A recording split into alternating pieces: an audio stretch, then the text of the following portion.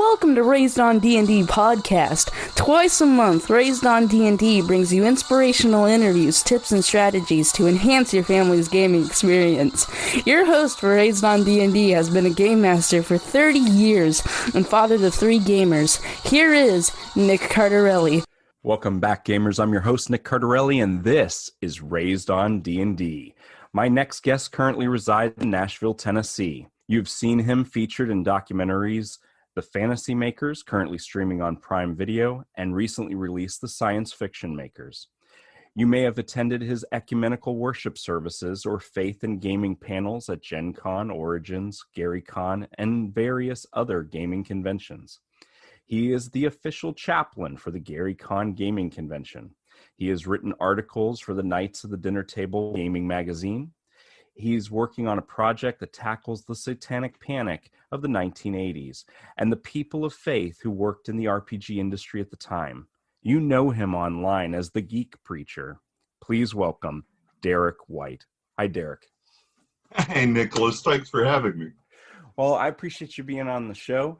And Derek, we're super excited. I love reading your blogs and watching your videos. And I haven't had the pleasure of visiting Gen Con or GaryCon yet, though it's on my list. And I hope to see you in person someday. But before we jump into all the cool things that you got coming out, I want to talk about how you got started in tabletop role-playing games. Can you take us back to your first experience? Oh, yeah. It goes all the way back to 1982 when I was 12 years old.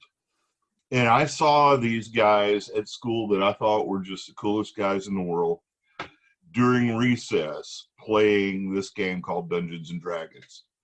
They would play it at 30-minute intervals off to the side. And they were all a year older than me, a year ahead of me in school, and they would not even let me talk to them about it. And I was already a big geek. I was already reading fantasy and other types of fiction and things like that. And I just thought, wow, this is really cool. And being originally from Louisiana, a few months later, in 1983, we were on break for Mardi Gras. And we went out to Texas to be with my stepdad's uncle for a little while. We were just visiting for Mardi Gras break. And my aunt took us to a mall. And we were walking through this mall, and I saw this store with all these great lights on in it, had all these great miniatures in the window, all kinds of stuff. And I said, I'm going in there. And my mom just let me go in there. My stepsister didn't want to go in there with me. That wasn't their sort of thing. And I just wandered around, and I looked at all these great painted, and they would have been hand-painted lead minis. And then I came across this book. And it was what is referred to as the Tom Moldvay Basic Dungeons and Dragons book. It was actually a boxed set, but for some reason this store just sold the book in shrink wrap by itself. And it was like, whoa! I said, there's a D&D book. Oh my goodness, Dungeons and Dragons, this is great. And so I ran out and I begged my mother like any good, self-respecting 12-year-old boy would do. Please, Mom, buy it. Please, Mom, buy it. And my mom, of course, me being the youngest of 4 children in our home, said what all smart mothers who have already raised 4 children said, no, quit bothering me. But my aunt had no children of her own. And so her heart melted for my plight. And she bought me this $4.99 book, I think is what it cost, $4.99. And I took it back, and so the rest of the time that we were there, I read through those 64 pages left and right. And by the time I got back to school, when school started back up, I brought my D&D book with me, and it was like I had paid the entry fee into it. I could now enter into the group because I was one of them. I had stepped out and bought a Dungeons and Dragons book. And so I began to play with my friends at school during recess, Dungeons and Dragons. So Wow. that is my intro into Dungeons and Dragons. Now, fast forwarding, your husband and father. How many children do you have, Derek? I have 2 children. My wife and I have 2 children. We have been married now for 27 years. Congratulations. And we have, thank you. Yeah, last month in December, we celebrated our 27th wedding anniversary. Wow. And we have 2 children. One is almost 22. She just graduated college in social work. And our youngest is 11 years old. And in the midst of a worldwide pandemic, he is doing his schoolwork online as we speak. So those are the children we have. That's fantastic. And now, Derek, do you also game with your family? Yes, I do. We tend to play a lot more board games together when we get a chance. Sometimes it's really fun. Sometimes it's not as easy to decide on what game to play, but we do game, and we also play role-playing games together when we get time. Fantastic. Now, does your wife game as well? Yes. Oh, yeah. My wife, she especially loves board games. She really loves to play board games. She's played D&D with us, and she will play if I'm running a game, but she's had some... sometimes gaming on the convention scene with me is not as much fun, especially when she's helping with the kids. And so she doesn't play a lot of role-playing games on the convention scene, but she has played role-playing games when I'm running them at home, and she seemed to enjoy that. What are some of the favorite board games that you guys like to play at home? Is it classic things like Monopoly and Risk, or is it more in-depth board games? Well, actually, I'll tell you what my wife picked up for me for Christmas. No, or was it our anniversary? Our anniversary and Christmas are so close together, but she picked up Dungeon Mayhem, Monster Madness. Things like that. Then there's the Settlers of Catan. There's Dungeon Boss. And I'm trying to remember the name of one we really enjoyed, but it's basically a resource management game based on Egypt, ancient Egypt, where you move resources around, which has been really fun. There's one we've really liked. I was sent a game by Chaosium to review called Con of Cons. And it's just basically a push your luck style game that the whole family can play. And we've really enjoyed that a lot. We really like that one as well. And then another one that is on our to-do list is, it's based off the rule set. I think it's called Mystery of the Haunted House or something like that. Oh, yes. But it's the Scooby-Doo version. Oh, I've seen the Scooby-Doo version, and we love Scooby-Doo, and we're wanting to get a copy of that because it looks just fantastic. It does look really good. I've read some really good reviews about it. We have the game. We wanted to play it, but we need a fifth. We wanted somebody to play all the characters. So we needed Fred and Daphne, Velma, Shag, and Scoob. And so that's really fun. And so yeah, we play a wide variety of games together. And then there's, there's the video games too that get played. And so my wife has really been enjoying, I had to buy her a Switch so that she could play Animal Crossing with our son. So she really does enjoy playing games like that with our son, which is really great.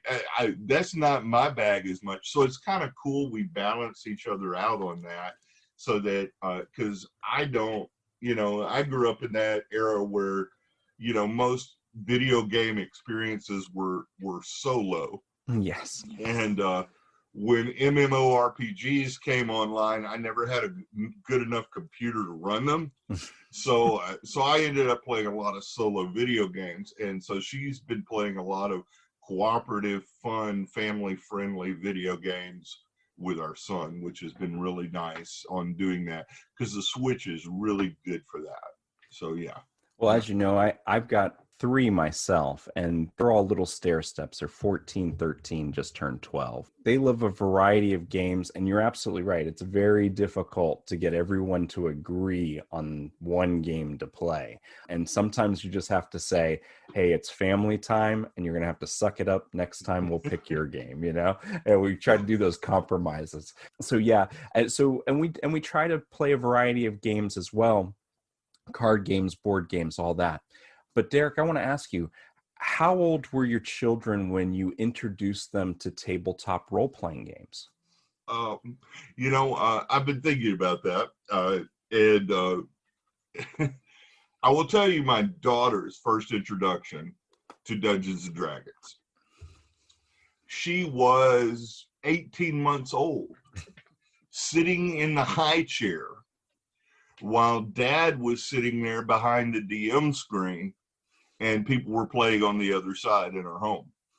And so that was my daughter's introduction to role-playing games very, very early on.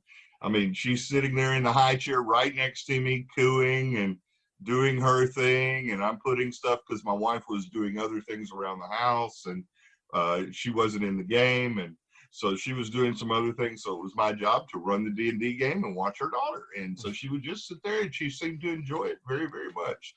And, I'd give her some snacks from the game, and we just kind of went on. So, yeah, my kids have been introduced to role-playing games very, very early on. Yeah. That's right.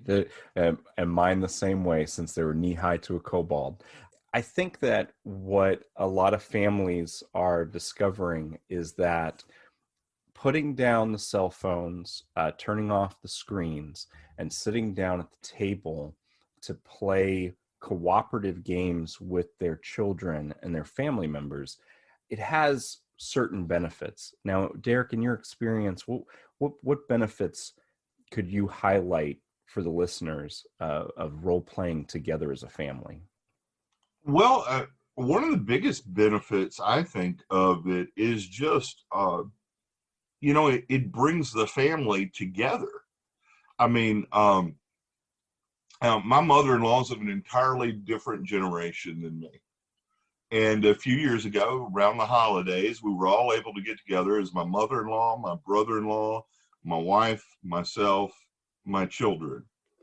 And we all sat down, and my mother-in-law played her first game of Dungeons and Dragons with us.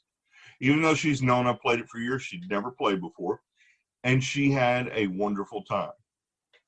So what I think it does, and this is just a big part of my life, it lets us have a shared story together. When I was growing up, that was one of the things the family used to do, is they'd sit around and tell each other stories. Sometimes, in the South, we have this thing of who could tell the biggest tall tale. Who could tell the biggest lie is what it boiled down to. And everybody knew that's what you were doing, so there was nothing mean about it. You just go around and everybody would tell a different story to see who could just tell the biggest lie they could, the biggest tall tale. And in a way, this is a form of that, but we're not telling a lie, we're creating a story together. And so it grants us, as families, shared experiences. It grants it is a form of bonding, but it gives you that memory. Hey, remember when we did this together? Remember when we sat around and we shared this story? And my son still talks about that game and the fact that he had the opportunity to just play with the different family members, and it was really fun. I think that is one of the biggest benefits for me, is it gives us shared stories. For my children, when they're younger, it teaches them how to cooperate. It teaches them how to work well with others. And it also can teach them how to be good losers, because you don't always win. I think if you're playing a role-playing game right, you don't always win. You fail. You have to start over. You have to go back. And our son is autistic, And that's one of the things we wanted to teach him, that yes, you will fail and it's okay. I've actually run one-shots with my son. It's just one-on-one, short adventures with him at times to help him. And I haven't told him this is why I'm doing it, but it was to help him deal with adversity and conflict. Because even whether you're neurotypical or you're autistic, none of us like to deal with conflict.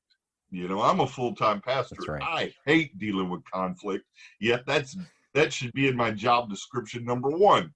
I deal with conflict all the time. Someone's always annoyed. Someone's always upset. And so, you know, my son really wants to avoid conflict. He does not like conflict with others. He doesn't mind conflict with me. I'm his dad. He's happy to conflict with me. But when I'm playing the game, he gets into the game, and when he meets a character in the game, he doesn't see that as dad. Even though I'm role-playing the character, he sees it as the character in the game, which is really good. And one of the things that we did was he kept running away from the conflict. And so I kept making sure the conflict kept following him down the road, And then it helped me as a father realize, why is he running away from the conflict? Well, he doesn't think he can handle it alone. So then I began to insert NPCs into this one-on-one session. And as I inserted the NPCs into the one-on-one session, he began to ask them for help, which was really good, because now it's teaching him to ask for help and helping him understand, I'm having trouble dealing with conflict. Without him saying it, without him even realizing it, I'm having trouble dealing with conflict. And since I'm having trouble with it, I need someone to help me through this conflict. Which isn't that what we all need? We all, I mean, we all need somebody to help us work our way through conflict. You shared a wonderful quote by G.K. Chesterton, how fairy tales don't teach children that there are dragons. Fairy tales teach children that dragons can be defeated. And in our lives, we're going to come into conflict with other people. We're going to come in conflict with other ideas, all of those things. And being able to take your child through a consequence-free environment, like a role-playing game session at the table, and give them the opportunity to explore how to handle that conflict, whether it's running away or talking their way out of it or fighting their way out of it, and then giving them in-game consequences that shows them what could happen if they take those routes, is instrumental in helping them in the future. Those one-on-one sessions with your son, it's so great because it's invaluable. And by taking him on one-on-one adventures, you're preventing any table conflict with other players. So that's brilliant, and that's wonderful advice. And I hope other parents give that a try, especially if they have children who are introverted or even on the autism spectrum who do have problems with conflict, asking for help, communicating in general. I think communication is a huge benefit of tabletop role-playing games. Would you agree with that? Oh, definitely. Communication is one of the greatest things that it does teach you. I've had doctors and lawyers tell me that one of the benefits they had from playing D&D was how it helped them learn how to communicate with others. Some of them were introverted. Some of them just didn't have good communication skills, and it really helped them a lot. I do want to say one of the things that was really great about playing with my son one-on-one is it helped him learn how to communicate some feelings. But I think even more importantly, it helped me learn how to communicate with him better. Because sometimes we don't understand that. We need to communicate with children in ways that, you know, gets our point across, but we need to sometimes communicate on their level. And, you know, since I primarily communicate with adults most of the time, sometimes communicating with him was not always as easy. And so in running that one-on-one game, it helped me communicate with him better. And so I began to learn how to talk to him better, and it opened up more conversations between us. And so I found that invaluable as well as a parent. Now, fast forwarding, Derek, you have a very unique ministry. You are a chaplain for gamers, and a lot of times you are at game conventions. It's been difficult this past year with the game conventions being shut down. Have you been attending virtual? Yes, in many ways. For those who don't know, I'm an ordained United Methodist minister. I pastor a regular church, just like lots of other pastors out there. But I also work with gaming conventions, and I've been doing that since 2007. Officially been doing it. Unofficially been doing it longer than that, but officially I've been kind of doing it since 2007 with a variety of gaming conventions.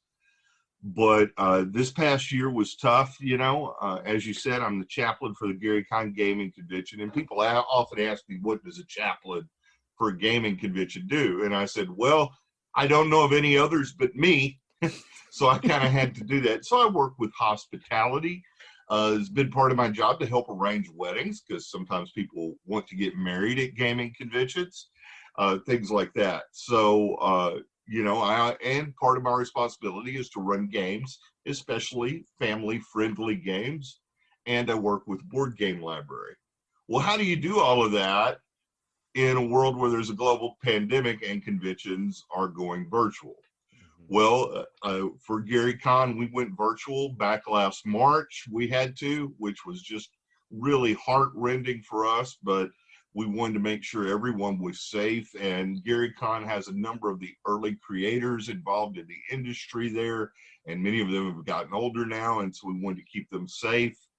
We've had to cancel Gary Kahn for this coming March, so it will be virtual again. Well, what I did was I helped Luke Gygax, one of Gary Gygax's children, out with the opening ceremonies. He asked me to take part in that. I usually give a benediction. We have a little conversation, then I give a benediction. And of course, part of my responsibility is also continue to run family-friendly games. And so I ran some Scooby-Doo Call of Cthulhu for the fall event. They had a fall event. They had their normal March event. I ran some Call of Cthulhu for the March event as well. And so that's pretty much all we really could do. There's not a lot you could do. And people don't really want to come to the opening ceremonies when it's just virtual and they're just watching a couple of talking heads talk. So we had maybe 1,000 viewers or something like that for the opening ceremonies. But the game sold out. People were just playing games left and right virtually. Games kept filling up. All my games filled up. And that's pretty much what we had to do. We had to pivot and get on Roll20, use Discord, and whatever else other various tabletop game you're doing. I know some of the old school guys were just running their games via Zoom. And they would just sit there on the screen, and it was just totally theater of the mind because they didn't know how to share screen or anything like that. And so they would just get up there and they would play some D&D using Zoom.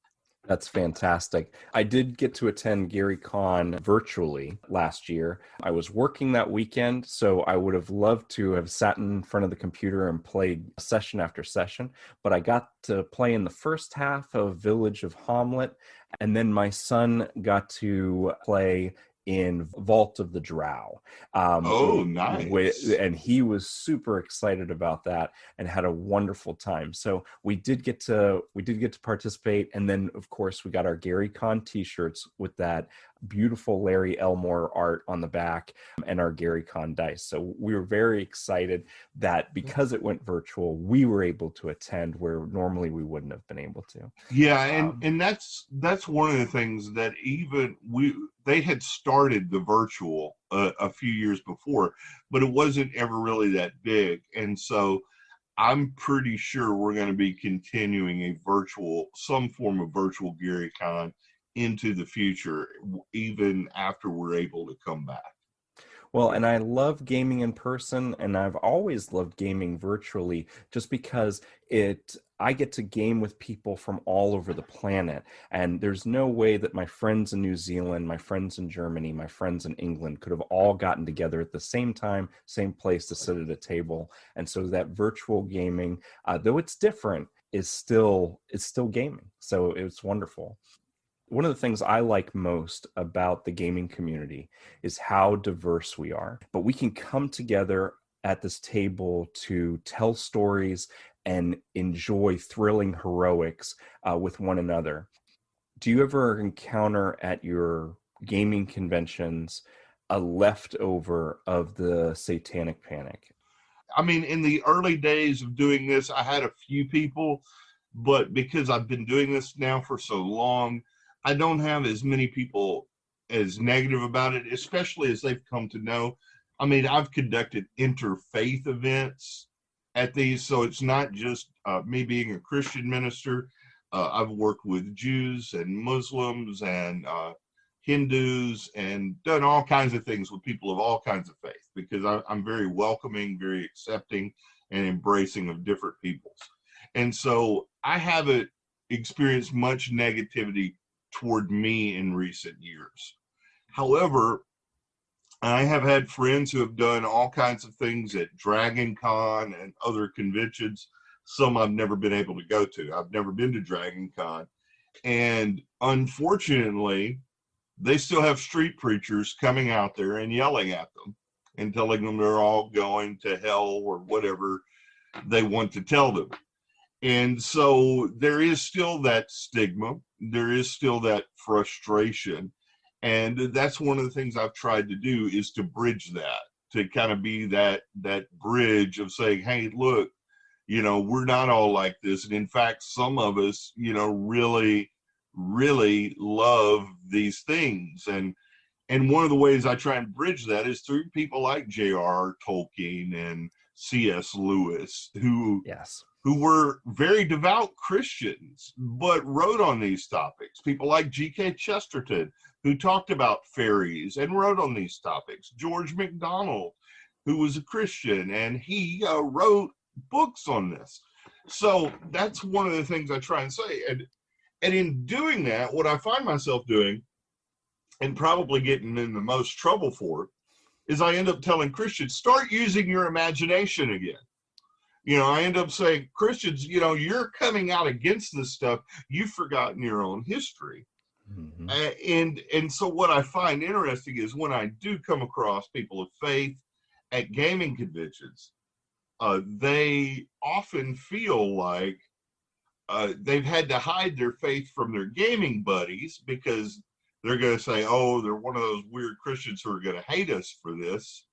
And then they've also had to hide their fandom from their church, because they're like, and so they just felt like they're in this wilderness, in this place. My gaming buddies won't understand my faith, and my church won't understand my fandom, and so I'm just kind of alone in all this.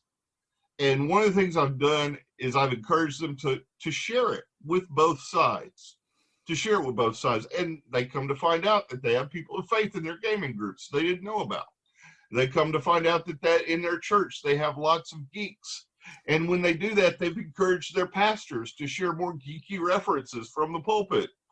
And, because, my generation is now the ones that are there, and we grew up on this. This is, for those of us who didn't reject it, this is the who we are.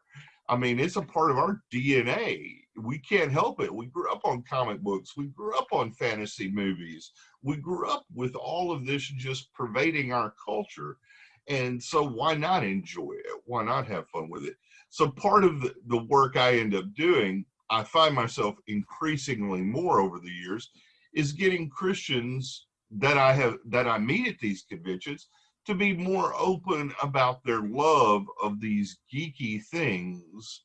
I find myself evangelizing the church more about the geek. Embrace the geek, accept it, open your heart to the love of the geek, and you might find Jesus right there rolling some D20s with you. So those of us who fell in love with Dungeons and Dragons and then were in places where we're allowed to play it or love it publicly, for some of us, those wounds are still just as fresh as they were 20, 30 years ago. What can you tell us about your project without giving it all away? Well, one of the main things I want to do in this project, and we're hoping to get it together, is I want to highlight people of faith who worked in the industry during that time when they were being attacked, when books were being burnt, when churches were coming out openly against Dungeons and Dragons. You had that horrible 60-minute news report. I want to highlight the people of faith who were there, who wrote for Dungeons and Dragons, some who worked directly for the company, some who kind of write on demand. I forget what that's called, but they would write articles, they would write adventures and things like that, many of whom were clergy and things of that nature. And so I want to highlight those people who were there during that time. I want to talk about how they felt. But the other part of the project is to show how, sadly, we still do this today.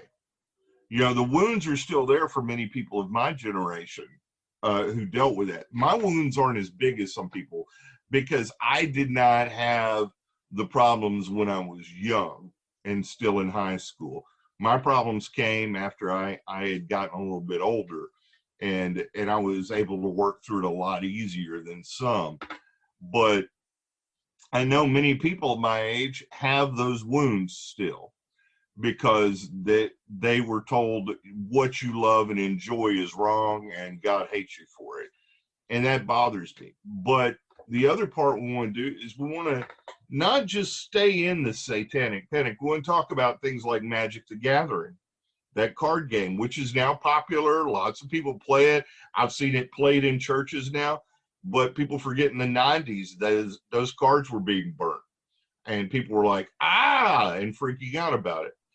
And so part of the project is to talk about the problem we face in my world is we come against these things. We threaten them. We want to burn them down. We want to say how evil they are.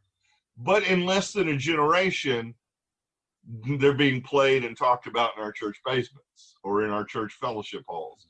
So I want to deal with that because to me, that's really quite interesting how, this game I was playing in the 1980s, churches were burning it, burning those books. But now I'm not the only pastor out there running D&D. There are pastors left and right running Dungeons and Dragons. I mean, I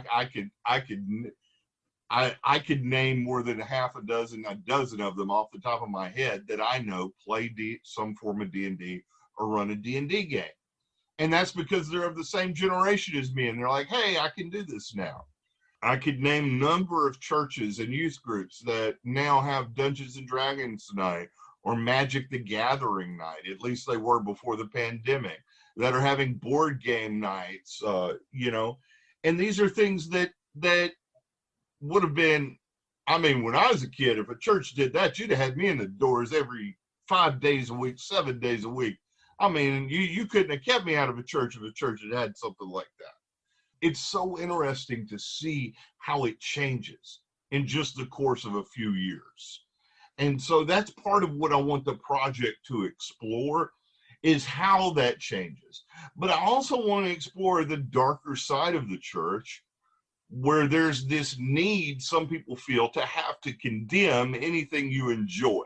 And it's especially bothersome to me when they condemn things that spark imagination, that ask you to question, that ask you to broaden your mind. That bothers me when I see that in the life of the church. So I want to explore that as well. And hopefully I'll have some good help with that project to help keep it more focused in such a way that people would be interested in watching it. Well, we're looking forward to it.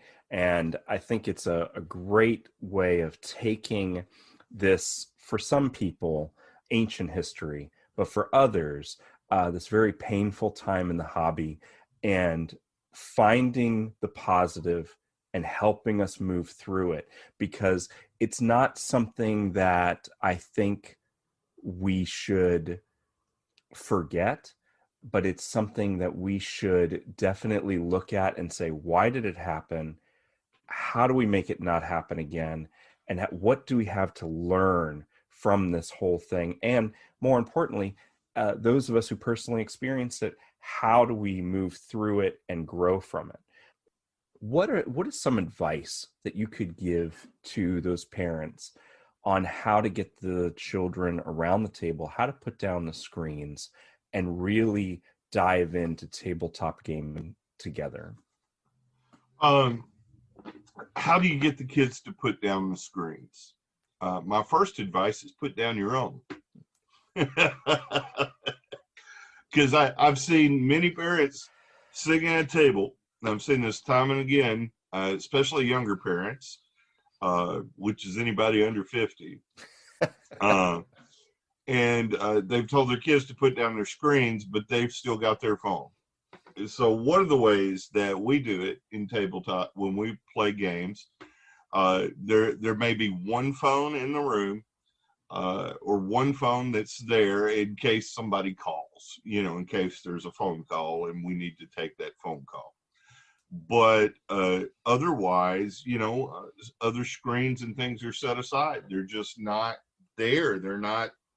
Can we not sit down here for 45 minutes without having to look at a screen? So the example I give, especially for board games, is what we tend to do if we're playing a new board game. The first thing we do is we find out if there is a how to play video, because none of us like to read the rules, which is funny considering the way I grew up. I loved reading the rules. I don't like to read the rules anymore. It's weird how we change. And so we'll all sit around in front of the TV, find a YouTube video on how to play it, usually from a good reviewer, and we'll watch the video together, and then we'll set up the game, and then we'll play. My number one bit of advice, especially if it's a board game, look on the back. Most of them tell you how long it takes to play. Do not get a game right off the bat that's going to take more than 45 minutes, because most of you are not going to be used to that. You're not going to probably, if you've never done this before, you're not going to be used to spending that much time together and doing that. And I would say a lot of people aren't mentally conditioned for it, because we live in a world where if you're watching a TV show, for the most part, you can pause it and get up and walk away. And so but you don't like pausing a game. No one likes pausing a board game when they're playing it. And so my number one bit of advice is make sure it's not a long game if you're starting this for the first time.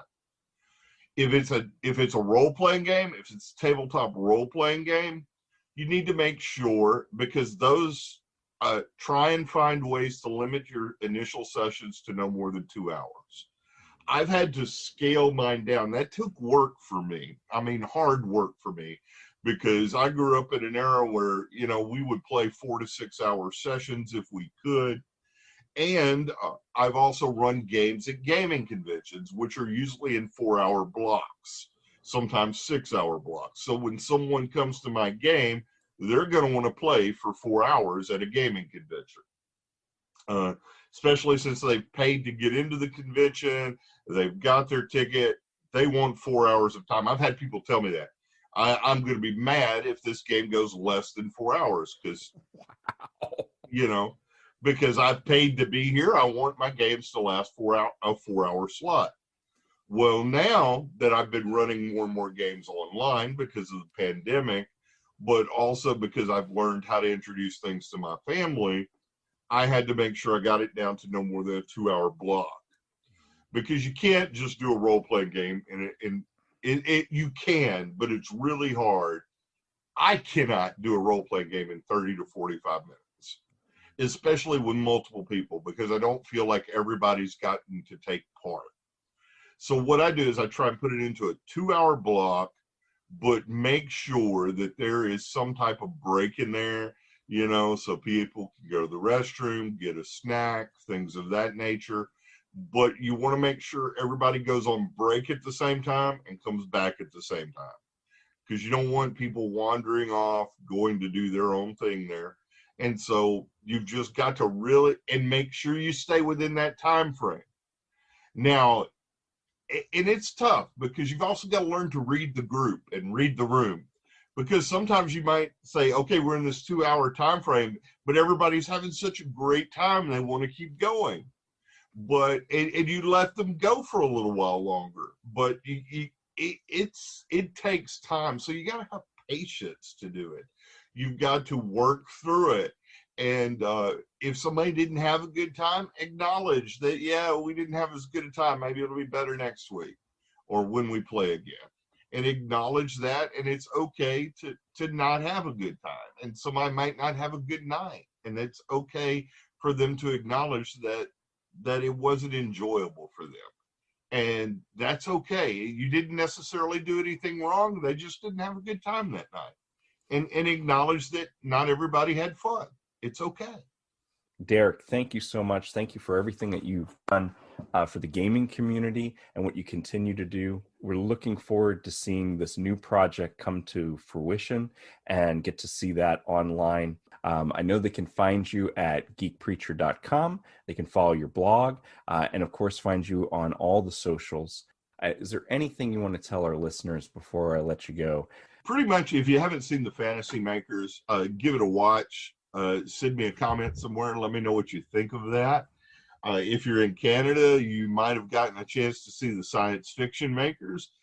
These are great movies. They tell us a lot about the history of people of faith writing in these worlds. And I think that's really important to see. And if you get a chance in March, you can go to GaryCon.com. You can sign up for games. You can come to the virtual convention in March. We would appreciate your support at GaryCon. It's not been easy for a lot of gaming conventions during this time. And one of the great things you'll get through GaryCon, if you don't play games, you will be able to see virtual panels with some of the people from the early history of Dungeons and Dragons. And you'll get to see panels with some of Gary Gygax's kids, which is really cool. And may all your hits be crits.